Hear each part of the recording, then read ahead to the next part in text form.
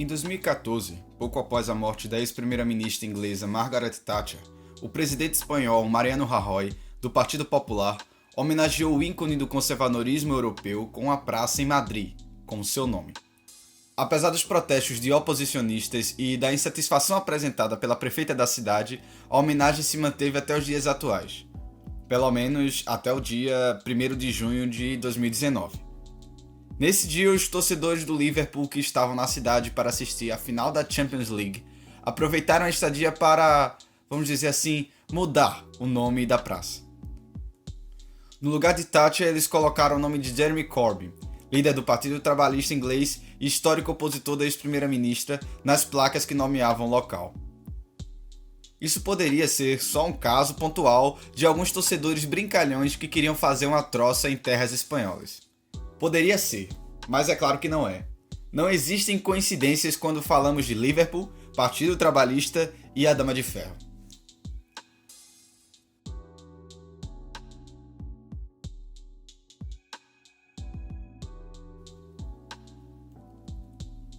A década de 1980 foi uma época agitada para a Inglaterra, tanto no futebol quanto na política.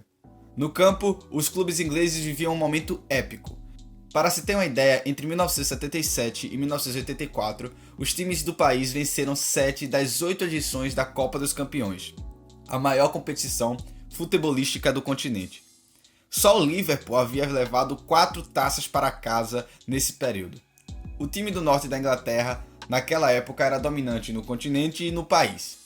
Comandado por Bob Paisley fora de campo e por Kenny Dalglish e Ian Rush dentro, os Reds venceram 6 campeonatos nacionais, se tornando hegemônicos na Terra da Rainha.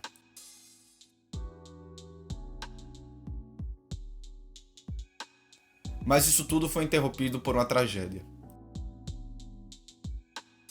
Em 1985, em Bruxelas, na Bélgica, uma confusão entre torcedores do Liverpool e da Juventus durante a final da Copa dos Campeões daquele ano acabou resultando na morte de 39 pessoas. Esse evento provocou o banimento das equipes inglesas das competições europeias por 5 anos, tendo o Liverpool sido punido em dobro.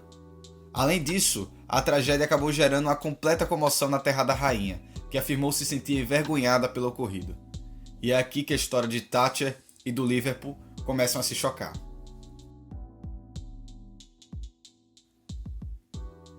A primeira-ministra, que governava o país desde 1979, sempre havia visto as torcidas organizadas e o próprio futebol, o esporte mais popular do país, como um possível inimigo. Isso porque a grande maioria dos torcedores que iam ao estádio eram operários que a odiavam. Esse ódio era advindo da política de redução dos direitos trabalhistas e da diminuição dos investimentos no setor fabril. Essas medidas acabaram gerando uma verdadeira crise no norte da Inglaterra, região industrial que era a sede dos times tradicionais como Manchester United, Newcastle, Leeds United e o próprio Liverpool. O Liverpool, especificamente, possuía uma torcida declaradamente opositora da primeira-ministra, a The Kop, como é até hoje conhecida. Inclusive, essa torcida especificamente ainda se posiciona politicamente sobre os debates da Inglaterra, levando faixas de protesto para a arquibancada localizada atrás de um dos gols em Anfield. Na época, no entanto, como resposta a todos os ataques que havia sofrido dos trabalhadores fãs de futebol e diante dos problemas ligados aos hooligans, que eram uma espécie de torcida organizada extremamente violenta, a Dama de Ferro iniciou uma campanha de difamação contra os torcedores. Ela passou a generalizar os seus opositores, que saíam às ruas contra suas reformas, afirmando que todos os torcedores que protestavam contra o seu governo eram hooligans violentos. Como bem explicou o jornalista da BBC, Tim Vickery. A relação dela com o futebol mostra isso, porque foi um fenômeno coletivo da sociedade que ela não entendeu. Ela não entendeu. O futebol da época estava dando muitos problemas de questão de ordem social. As soluções dela, ela estava pensando em não abrir estádio, ter futebol só pela televisão. Ela não entendeu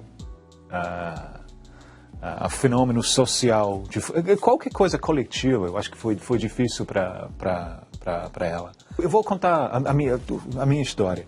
O governo dela fechou minha escola de estado, fechou a escola. Aí eu ia, com 18 anos, eu ia começar a minha carreira num jornal local, o jornal faliu.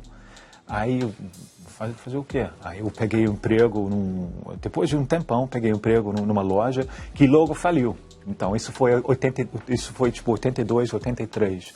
Tava uma situação muito triste que o país estava vivendo, com tudo falindo, fechando, especialmente em lugares industriais.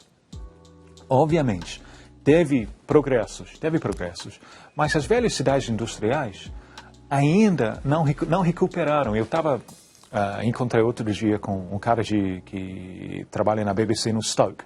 Stoke é uma cidade que fazia antigamente panelas. Fazia panelas para o mundo. E ele me contou que hoje em dia tem 3 gerações que não sabem o que é trabalhar. Porque o país não fabrica mais. O país deixou de investir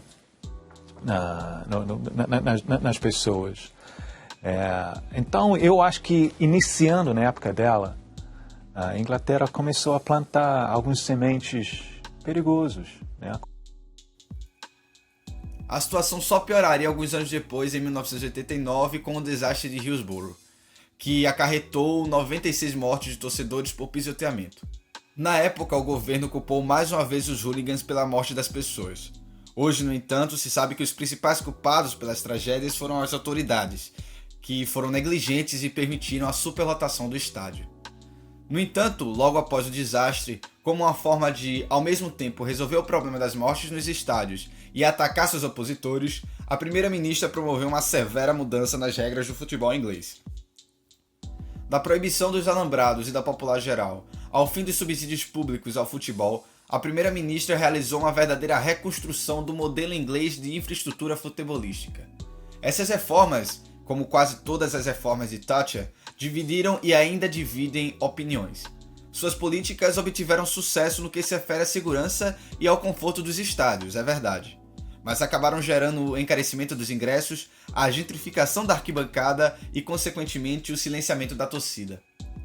As mudanças promovidas por Thatcher na economia e no futebol marcaram tantos torcedores que, no dia de sua morte, não houve 1 minuto de silêncio em sua homenagem em nenhum estádio da região norte do país. Em Anfield, a casa do Liverpool, não houveram condolências à Dama de Ferro naquela semana. Muito pelo contrário.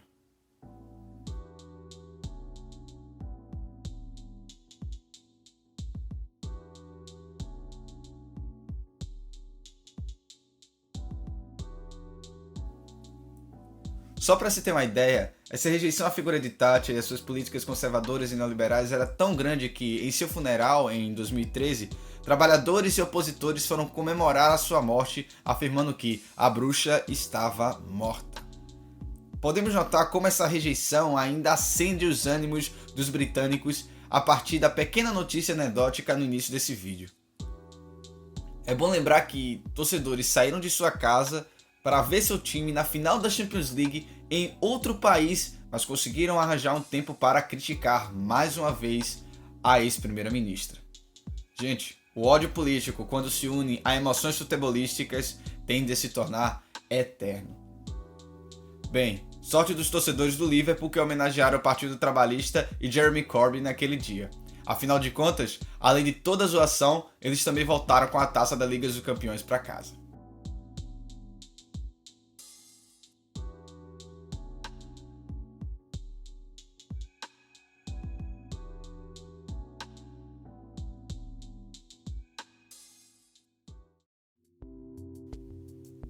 Pessoal, tá acabando mais algumas doses. Se você gostou desse vídeo, deixa o like, comenta o vídeo, isso ajuda muito a gente, e também se inscreve. Só quando você se inscreve, você ajuda realmente o canal a crescer de uma forma contínua, porque as pessoas e você mesmo começam a receber os vídeos do nosso canal toda semana.